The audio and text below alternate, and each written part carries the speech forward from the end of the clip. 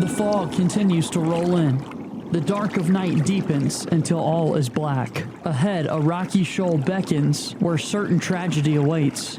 Your ship plows forward, pushed by the storm. Just as your hope begins to subside, you see it, the light from the lighthouse that guides you to safety, faithfully kept by the Lightkeeper.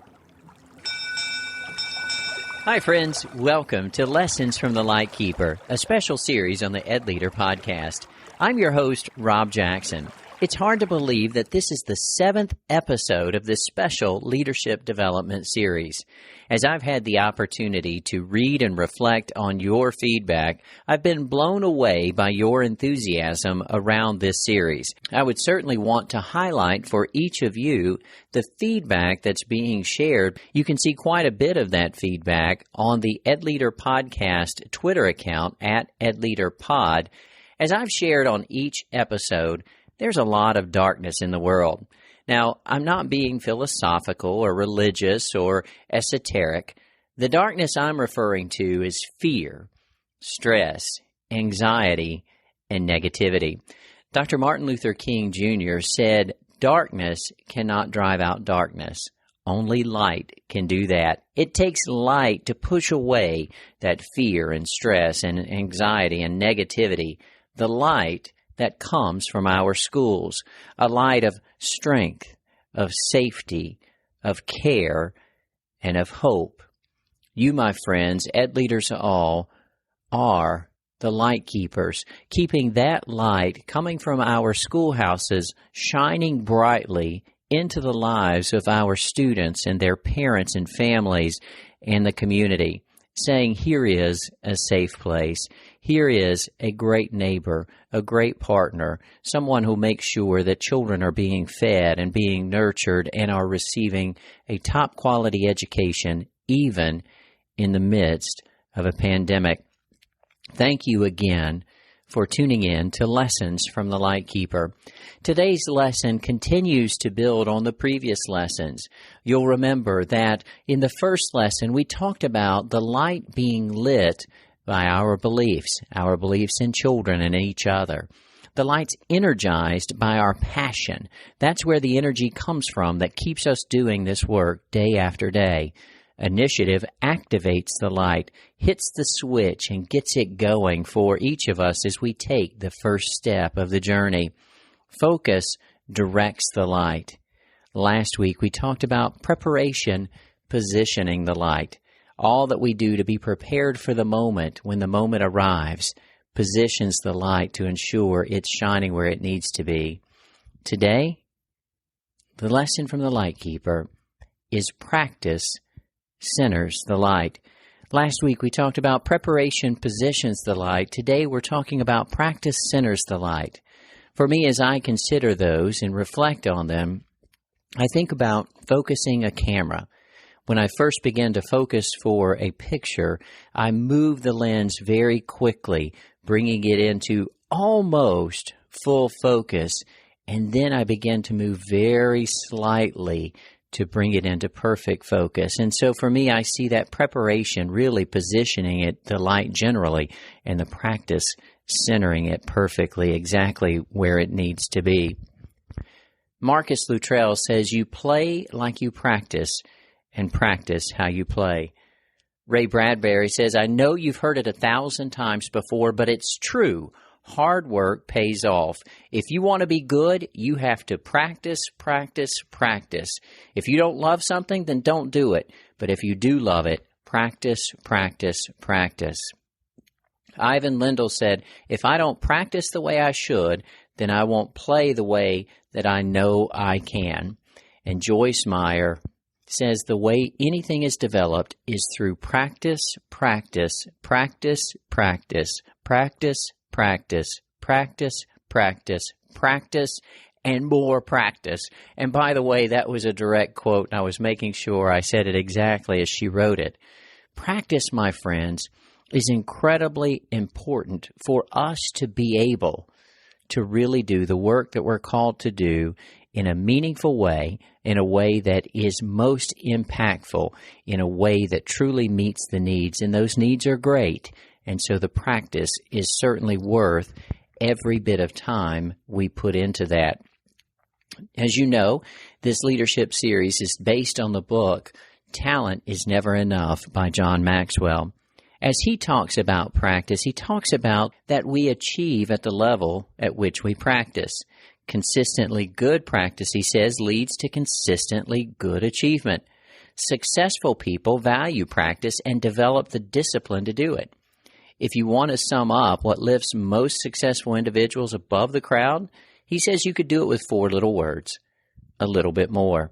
Successful people pay their dues, and paying their dues is the practice, and they do all that's expected of them, plus a little bit more. That practice centers the light. My youngest son, his name is Elijah. He's someone who absolutely loves the game of basketball. Now, to look at him, particularly when he was in middle school, you wouldn't have said, wow, there's a basketball player. If you spoke to him for a moment, you would have realized very quickly he was passionate about basketball, though. He poured himself into practicing basketball, becoming what's termed as a gym rat. In high school, his coach told me as he pulled me to the side one night, "I've never had a player who practices as hard as Eli," the coach called him.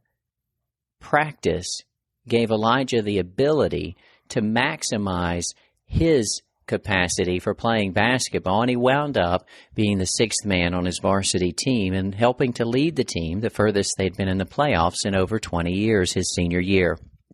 He had reached, though, the level of his capacity as a high school player.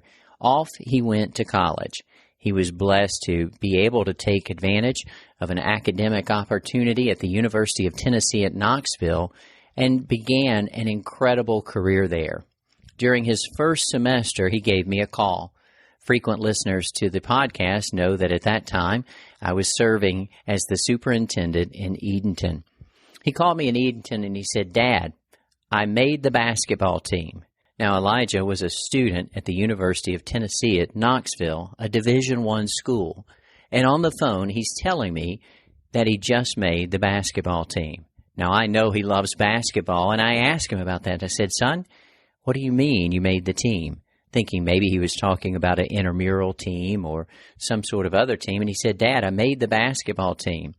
They sent out an email to all the students and said, if you were a varsity basketball player in high school, you could attend the tryouts for the basketball team.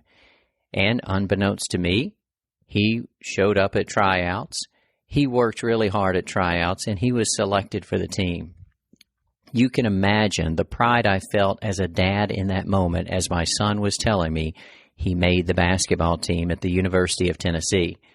I began to talk to him with great excitement. Edenton is about 8.5 hours from Knoxville, knowing I would have to plan carefully my schedule because my intention was to be at every single one of his games I could possibly attend. And so I said to him, "Elijah, you'll need to send me the schedule very quickly so I can work on my own travel schedule because I'll be there for you." And he said, "Dad, you don't understand. I'm not going to be able to play." And I paused for a moment, and then I responded as you might expect me to as a dad. I said, "Well, buddy, don't worry about that. I will be there. I'll be cheering you on no matter where you are on the bench. I'm there for you. I will be cheering you on and the entire team on." And he said, "Well, Dad, I won't be on the bench." Now, this did cause me to question a bit. I said, "Well, you're not going to be on the bench and you're not going to play, but you made the team?" And he said, "Dad, I made the girls' team." Now, in that moment, I had a whole lot of questions and began to ask them. I said, "What do you mean you made the girls' team?" And he went on to share with me something that I didn't know, and in fact, that probably very few people know. Major Division I women's basketball teams at the collegiate level typically have an all-male practice squad. And the reason for that is they want to play the very best team they can in practice so that when they get onto the court to play the games that matter, they're able to achieve at the greatest possible level. They understand how very important practice is. And so my son Elijah, for the 4 years he attended the University of Tennessee prior to graduating, was on the practice squad for the Lady Vols. He would go to practice early in the morning, be assigned a role. Today, you're number 10. She shoots the ball every time she touches it. Today, you're number 22. She never shoots the ball. She passes it inside every time. Today, you're number 13. Always drive to the left. His job was to help the team be prepared by forcing them to practice as hard as possible. It absolutely illustrates this point around the importance of practice. There's a gentleman, a coach, Tom Mullins, who wrote a book called The Leadership Game. In his book, he shares principles from 8 college national champion football coaches.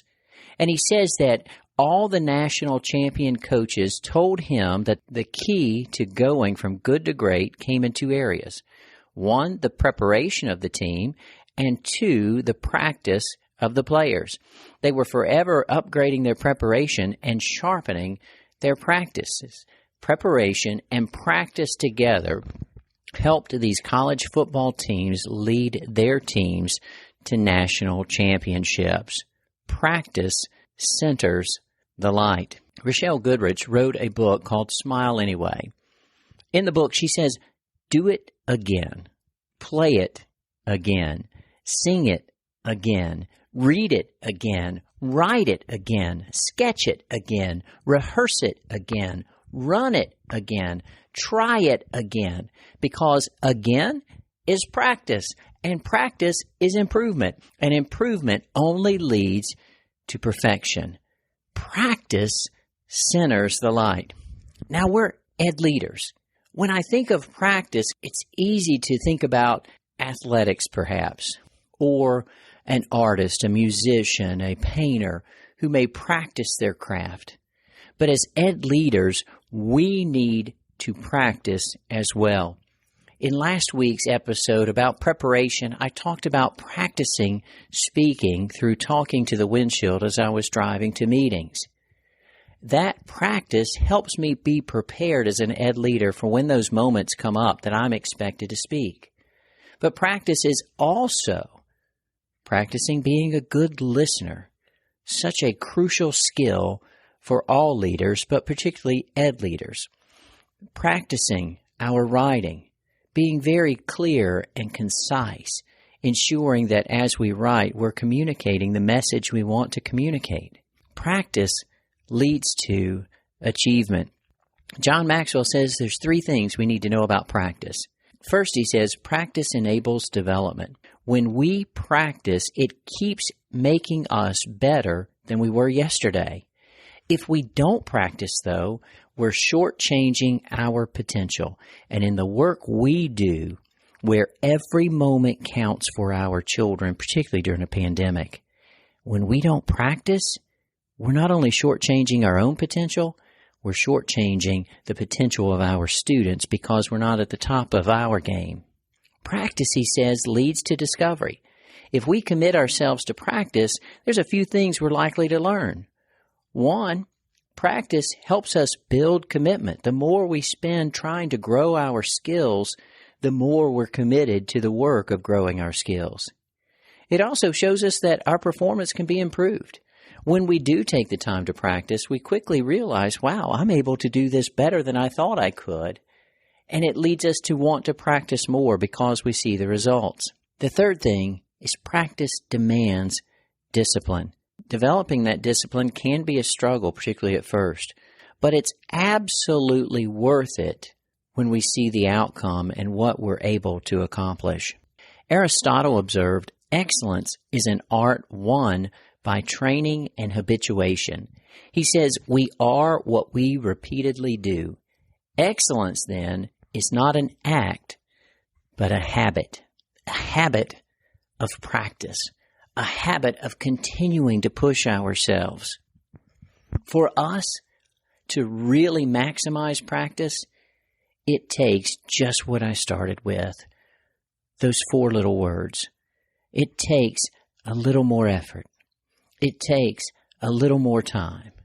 It takes a little more help by reaching out to mentors and those whose wisdom guides us as we grow. And it takes a little more change.